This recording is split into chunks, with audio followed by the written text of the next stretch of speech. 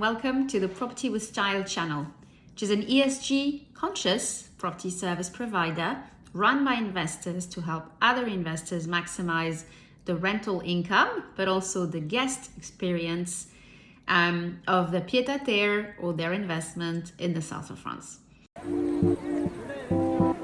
Imagine you're traveling to the south of France, you fall in love with it, you want to buy a pied-à-terre, but you also want to make some money when you're not using it, or your friends or family are not using it. How's that going to work? Today I wanted to discuss the legal aspect of it. So gone are the days that anyone could just buy a property, put it on for rent through Airbnb Booking or whatever other air site without any rules or regulations. The first consideration is whether you're going to be looking at a house or an apartment. Imagine you are considering to purchase an independent house. In most cases, the only regulatory requirements you will face will be to receive an authorization from the city, which is a reasonably straightforward process. If your house is part of a condo, or you are buying an apartment, which will then be part of a condo, the rules are a little different, and you need to consider what the condo regulations are, which is the Règlement de copropriété.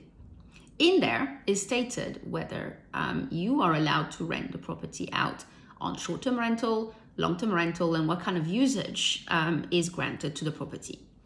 Now, that's been a topic of quite a lot of discussion recently, including in courts, as more and more local people living there most of the year and wanting to have their peace preserved are opposing some of those short-term rentals.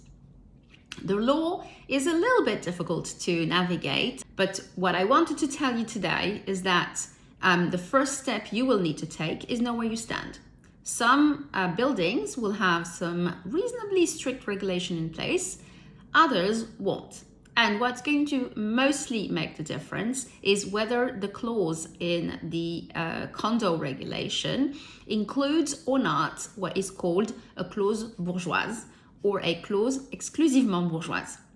Now, there's a lot of discussion, previous judgments that have been granted in favor of the owner renting on Airbnb or not.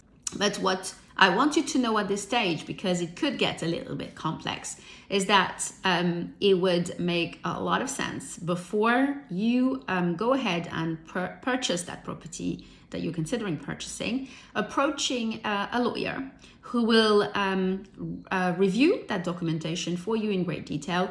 In most cases, issue an opinion.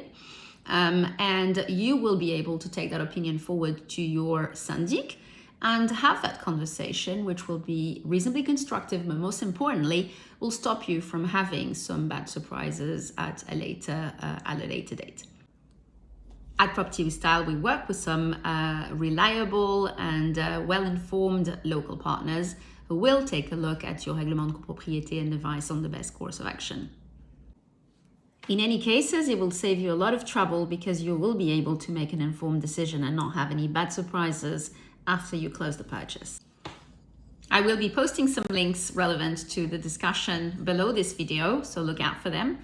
And I will be available to have a chat with those of you with no further obligation if you have any doubts and would like to discuss your personal situation. If today was helpful, please like the video underneath and subscribe. I will see you shortly for another video on the Property with Style channel.